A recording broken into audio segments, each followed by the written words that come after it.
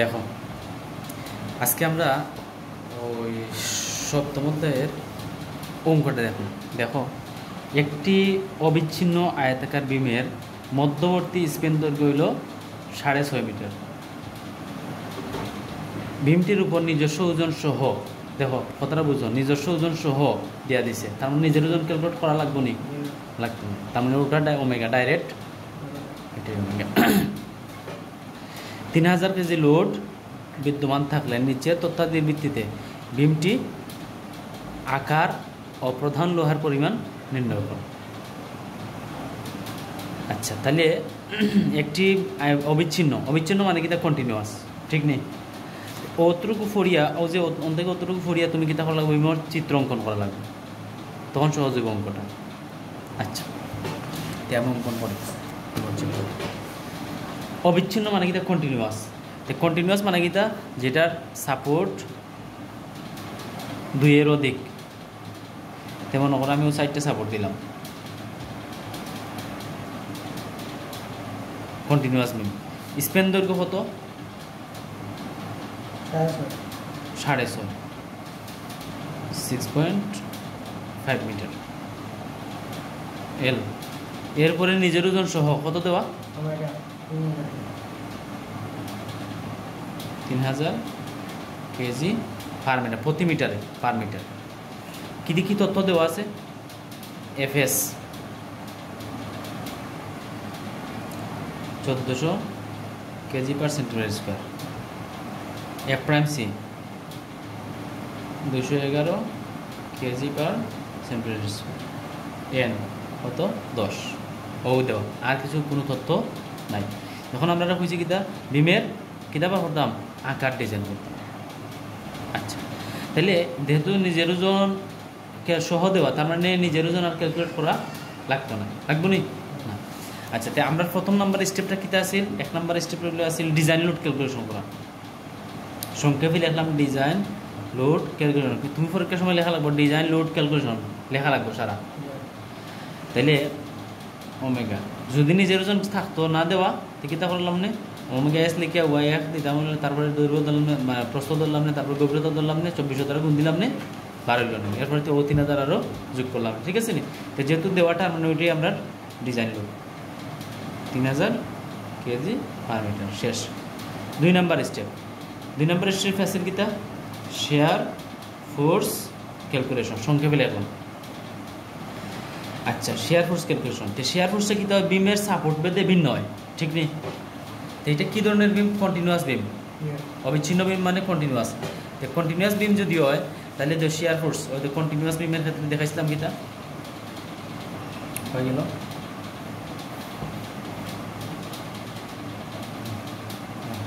Continuous আর simply supported দুইটাই সমান, omega L by 2, omega L by 2 আমরা দেখাইছি না, কেন আমরা তো দিছি না আর কি, কইছিলাম মুখে কইয়া দিছিলাম যে সিম্পলি সাপোর্টেড আর হলেও ক্যান্টিলিভার বিম কন্টিনিউয়াস বিমর সমান হয় না, এটা সেমি কন্টিনিউয়াস।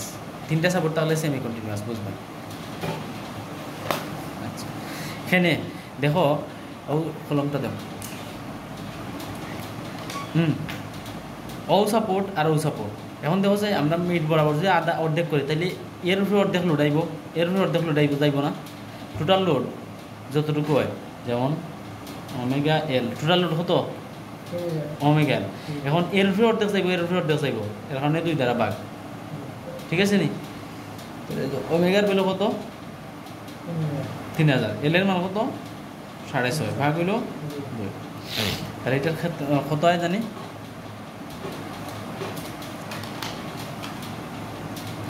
9750 কেজি। এরপরে 3 নাম্বার স্টেপটা কিতা আছিল? Movement bending movement calculation. তাহলে এটা কিতা আছিল? M equal to omega L square, হয়তো 8 হইব, নয়তো 10 হইব, নয়তো 12 হইব, নয়তো 2 হইব। ক্যান্টিলিভারের ক্ষেত্রে 2, আর সিম্পলি সাপোর্টেড সাধারণভাবে স্থাপিত বিমের ক্ষেত্রে 8, আর যদি সেমি কন্টিনিউয়াস থাকে মানে এই অবিচ্ছিন্ন তোমার কিতা এটা হয় বাংলা এটাতে হয় অর্ধ অর্ধ কন্টিনিউয়াস আর কি, অর্ধ অবিচ্ছিন্ন। তাহলে যদি থাকতো তোমার সেমি কন্টিনিউয়াস থাকতো তাহলে কি তৈল নে 10 হইল নে, আর কন্টিনিউয়াস থাকলে কি তৈব 12, কন্টিনিউয়াস থাকলে কি তৈব 12, ওই জন্য লিখা দিছিলাম। ওই দেখো যদি ক্যান্টিলিভার বিম হইলে জাস্ট হইল ওমেগা এল স্কয়ার বাই 2, যদি সাধারণভাবে স্থাপিত হতো ওমেগা এল স্কয়ার বাই 8, যদি সেমি কন্টিনিউয়াস 3টে সাপোর্ট থাকে তাহলে 12, আর যদি কন্টিনিউয়াস 4টা 3-এর অধিক সাপোর্ট থাকে তাহলে কি তৈব 12 হইব। তাহলে এই তো দিলাম 12, তাহলে ভ্যালু বসাও। ওমেগার মান হইল 3000, এল এর মান হইল কত 6.5, ভাগ হইল 12। আর সব সময় অন্য 100 দ্বারা গুণ দিবা, এখানে দিবাই সেন্টিমিটার নেওয়ার লাগে, বুঝলাম না নি আগে। আচ্ছা এটা হিসাব করো, দেখো কত হয়। 3000 গুণ হইল 6.5 স্কোয়ার ডিভাইড বাই হইল 12 গুণ হইল 100, কত হয় 10 56 250 কেজি সেন্টিমিটার গেল। 3 নম্বর স্টেপ, 4 নম্বর স্টেপ কিতা আছিল ডেপথ ক্যালকুলেশন। কিতা ক্যালকুলেশন? Depth calculation. তো ডেপথ ক্যালকুলেশন মানে কিতা সূত্র আছিল MC equal to half FC J K B T square. তাহলে এমসি মানে তো এম, ঠিক না? তাহলে এম এর মান কত 10 56 250 হাফ। এফসির ভ্যালু কত? তাহলে এফসির ভ্যালু দেওয়া নাই, দেওয়া আছে নি? আচ্ছা এফসি হলো কংক্রিটের সর্বোচ্চ পীড়নের 45%। হ্যাঁ তাহলে তো এফসি দেওয়া নাই, এফসি কিটা ওটার এখন সর্বোচ্চ পীড়ন কংক্রিট এফ প্রাইম সি দ্বারা কংক্রিটের সর্বোচ্চ পীড়ন বোঝায়। তো সর্বোচ্চ পীড়ন যত তার 45%, তো 45% মানেই তো 0.45, ঠিক নেই? গুণ হইল ওই যে 210 211, মানে এটা হইল কি 45% গুণ হইল এফ প্রাইম সি, মানে এফ সি ইকুয়াল টু হইল 45%, এফ প্রাইম সির 45%, এফ প্রাইম সির 45%, এইটা বলাইব না? এর উত্তর আইব 0.45 গুণ হইল 211, অর্থাৎ 94.9 কেজি পার সেন্টিমিটার স্কোয়ার। তাহলে 2 নম্বর বসাইবে 94.95। জের মান আমরা একটু পরে বার করি, এটা একটু বার করা লেন্দি ব্যাপার। কে এর মানও একটু পরে বার করি, এটা একটু লেন্দি প্রসেস। বির মান আর ডির মান যদিও না আমরা নিজের ওজন ক্যালকুলেট করা লাগতো, তাই তো আগে আমরা ডির মান আর বির মান ধরা লাগলো না লাগলো না। তখন আমি ডির মান কত ধরলাম নে? হ্যাঁ 6.5 দেওয়া, কত ধরলাম নে? 60 ধরলাম নে, অথবা 65, কারণ 10% অত 10% থেকে 8%, 8 থেকে 10, 8 থেকে 10 ধরা লাগে না, 10% অথবা 8% অথবা 9%। 10% ধরলে তো লিখে দিয়ে 65 আইব। মনে করো আমি 65 না ধরিয়া 30 ধরলাম, 60 ধরলাম, ঠিক না নি? তো বির মান কত আইল না তখন? 30 আইল, অর্ধেক হইল না নি? তখন আমরা ধরি বির মান 30 বসাই দিই, আর ডির মান তো আমি বার করতাম, ঠিক আছে নি? তখন অন্য লিখা দেবে যে লেট অন্য সাইডে দিয়ে লিখে দেবে, যেহেতু জায়গা নাই, বি ইকুয়াল টু 30 সেন্টিমিটার। তারা বুঝছো নি? তাহলে আমরা জের মান কেন মান বললে আমরা উত্তর আইব আইব না নি? আচ্ছা তাহলে অন্য বসাই আমরা কে ইকুয়াল টু আমরা জানি N by N plus F S by F C. তাহলে এন এর মান কত দেওয়া 10, এফ এস এর ভ্যালু কত 1400, এফ সির ভ্যালু কত 94.95। এটার উত্তরটা কত হয় 10 10 1400 94.0.404। আর যেটা হইব ওটা 3 দ্বারা ভাগ কইরা 1 থেকে বিয়োগ করা, 1 মাইনাস কে থার্ড, তাহলে 1 থেকে 0.404 মাইনাস হইল ভাগ হইল 3, ভাগ 3 মাইনাস হইল 1, কত হয় 0.86 কত হইব 86। তাহলে জের মান বসাইলাম 0.86, কে এর মান হইলো কত 0.404। তাই সলভ ফাংশন দিয়া সমাধান করলে উত্তর আইব আইবনি। খরচের সলভ ফাংশন দিয়ে এটার সমাধান করো। আচ্ছা তাহলে সলভ ফাংশন দিয়ে এটা সমাধান করে কত আইছে, তাহলে 46 সামথিং আইছে। তো তুমি ধরিলবা এটা 47 ধরিলাম, অসুবিধা নাই।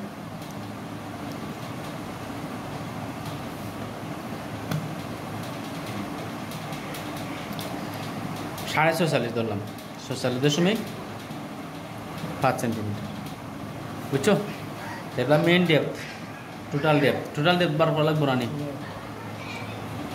46.5 সাথে যোগ করে দিবাই 4.5, দেখো তো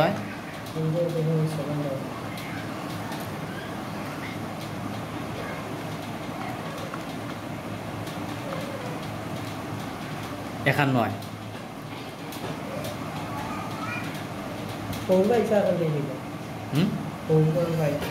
ওটা কভারিং শিখেছিলাম না, ওটা নেই তো কভারিং এটা ধরলাম। হয় সাইড ধরতে পারবে 4.5, 5, 5.5, 6, 7.5 ভিতরে ধরবে। কত হয়েছে উত্তর 51 সেন্টিমিটার। এটা মুখস্থ তুমি 4.5 ধরতে পারো, 4, 4.5, 5, 5.5, 6 এটা ধরে দেয়, বুঝছো না? কিতা বুঝছি? আচ্ছা ঠিক হলো, আমরা ডেপথ পাইলাম কত 51। আচ্ছা 5 নাম্বার স্টেপ হইলো আপনার নাম হইলো এরিয়া অফ স্টিল অথবা রিইনফোর্সমেন্ট ক্যালকুলেশন। তাহলে এটার ফর্মুলা হইলো MS = S FS JT। তাহলে MS যে কথা MC যে কথা M সেম। তাহলে কত MS এর বলো কত 10, 56, 250। তাহলে এরিয়া অফ স্টিল বাইর করতাম, এরিয়া অফ স্টিল ও এস মানে ওটা বাইর করতাম। FS এর বলো কত 1400, জি এর মান কত 0.86, ডির বলো কত, ডির বলো 46.5, 46.5।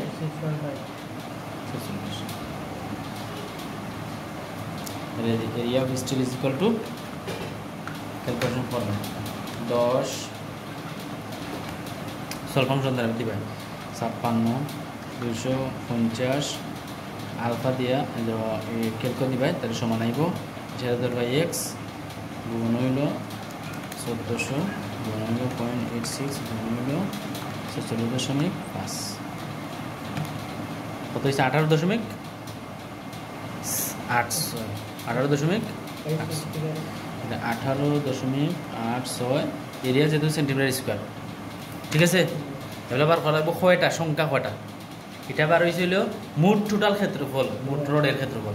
এখন বার করা লাগবো এটা নাম্বার কটা রড দিবাই তুমি, নাম্বার বার করার সূত্র কিটা এস বার হইলো ছোটো এস মানে তো ওটা যেটা আমরা বার হইলো 18.86, আর এস মানে আমি কত বড় রড ব্যবহার করবো।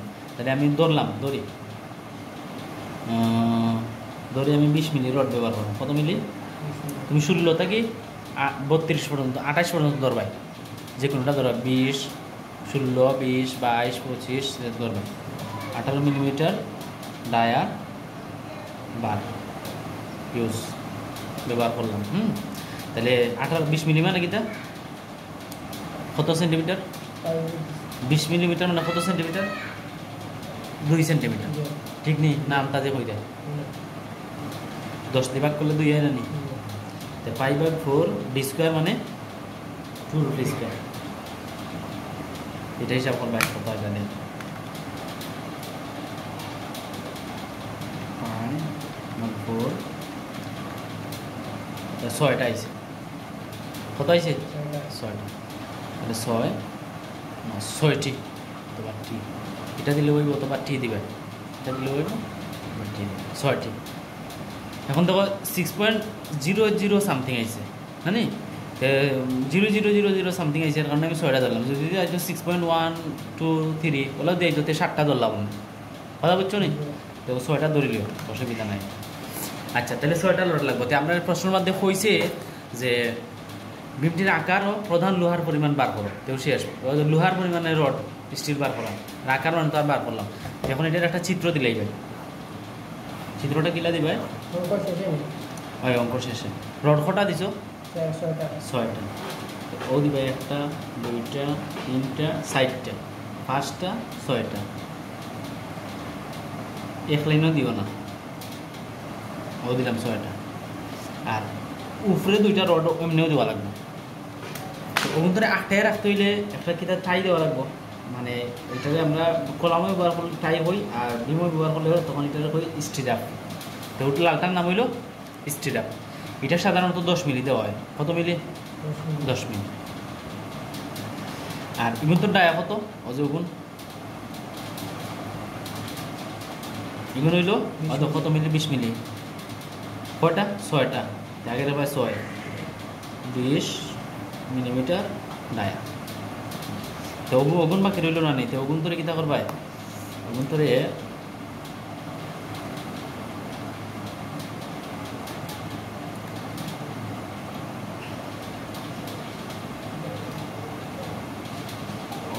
যুক্ত করে যেসালা নেগুন তোরে মানে অথবা ওবাদি অন্য দেখানো যায় কি আলাদা, অন্য দিলে আলাদা ওই সমানই। কথা বুঝছো? 20 মিলিমিটার আর 6টা অবশেষ তোমার। আর ডেপ দেখাই যায় এবার টোটাল ডেপ কত আইছে, এর মান কত আইছে, টোটাল দিকে কত আইছে 51। তোমরা দিবাই 51 সেন্টিমিটার। আর বীর মান কত? 30 ধরছিলাম না নি? 30। কার্যকারী গভীরতা কত আইছে? 46.5। কার্যকারী গভীরতা মানে যদি 2 লেয়ার রড হয়, 2 লেয়ারের মাঝখান থেকে একবার টপ পর্যন্ত। আর যদি 1 লেয়ার রড দেয়, 1 লেয়ার মানে 1 লাইনেও যদি রড দিলাও সঠিক, ও রডের মাঝখান থেকে একবারে টপ পর্যন্ত। আর 2 পাটের রড যদি দেও, তাহলে 2 পাটের মাঝখান থেকে আবার টপ পর্যন্ত। ওটা এখন কিন্তু কার্যকারী গভীরতা। ও শেষ। কথা বুঝছো? ওকে, হবে চাও ওটা শেষ হইল। তোমার কালকের হোমওয়ার্ক হইল 1 নাম্বারটা শেষ হলো, উদাহরণে ওটা করবাই। 3 নাম্বারটা করবাই। এটার মধ্যে কিতা হয়েছে? বিমটির আকার ও লোহার পরিমাণ, তার মানে আগে ওটা, এরপরে আসো ওটা ক্রস সেকশন আর লোহা। ক্রস সেকশন মানে আকার সাইডও করবাই। এর বাদে আসো ফার্স্ট। তাহলে ফার্স্টের মধ্যে কিতা হয়েছে? বিমের প্রস্তুতদের আকার ও লোহার পরিমাণ, তার মানে ওটাও করবে ফার বাই 2।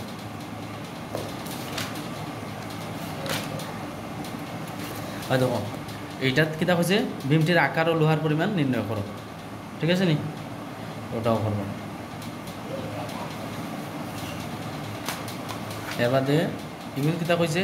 সেম লোহার পরিমাণ নির্ণয় করো। এগুলোর মধ্যে আর সাইজ হয়েছে না, সাইজ না হয়ে তারা দিয়া দিলাইছে, এর কারণে আর হয়েছে না। বুঝছো নি? তারা হয়তো দিয়া দিলাইছে কার্যকরী আকার। কার্যকরী গভীরতা মানে কিতা?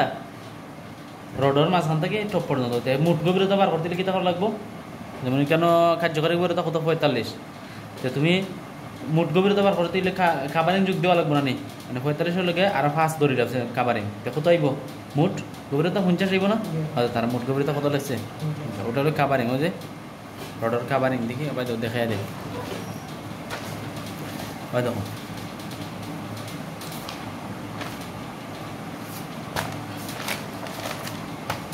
ও যে ওনটা কি ওটার এখন কাভারিং। ও যে ওনটাকে তখন যে বাদ দিলাম যে ওটা আমরা কত ধরছিলাম?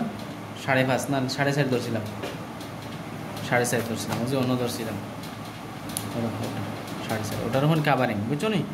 কাভারিং হইলো যদি 2 লেয়ার রড হয়, তাহলে 2 লেয়ার রডর মাঝখান থেকে নিচ পর্যন্ত পারে, ও পর্যন্ত আর কি,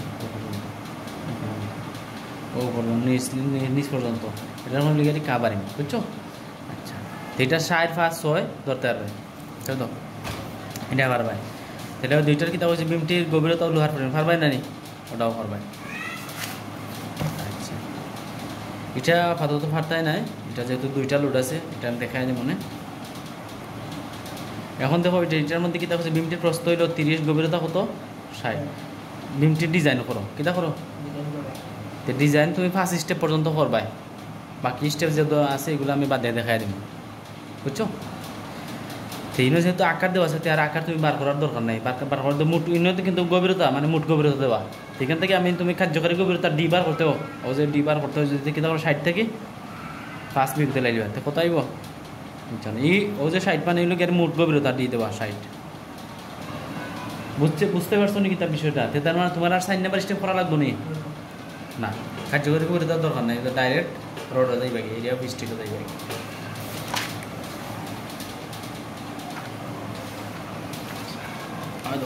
এগুলোর মধ্যে কিতা হয়েছে বিমটি ডিজাইন করো, কিতা করো তো তুমি ফার্স্ট স্টেপ পর্যন্ত কইরা তৈবাই, ফার্স্ট স্টেপ পর্যন্ত পারবাই না নি কইরা তৈবাই। এখানে হয়তো বিমে আকার দেওয়া নাই আর হয়ে যাচ্ছে বিমটির উপর প্রতি মিটারে এত কেজি লোড সময় বেঁচে থাকলে, তার মানে এখানে নিজের ওজন হইয়া দিছে না, নিজের ওজনটা ক্যালকুলেশন করবাই।